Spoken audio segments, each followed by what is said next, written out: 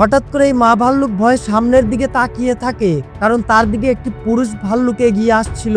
পুরুষ ভাল্লুকের উদ্দেশ্য ছিল মা ভাল্লুকের সঙ্গে সম্পর্ক করা, আর এই সময় সে বাচ্চাদের উপরে হামলা করতেও দ্বিধা করে না, এবং কখনো কখনো তো সে বাচ্চাদের মেরেও ফেলে, কারণ বাচ্চাদের মৃত্যুর পর মা আবার গর্ভধারণ করতে পারে। আর বিপদের সংকেত পেয়ে মা তার 3 বাচ্চাকে নিয়ে দ্রুত পালাতে থাকে, কিন্তু এই পুরুষ ভাল্লুকটি তাদের পিছু নিয়ে তাদেরকে পাথরের কোনায় আটকে ফেলে, যেখান থেকে বের হওয়া একদম কঠিন।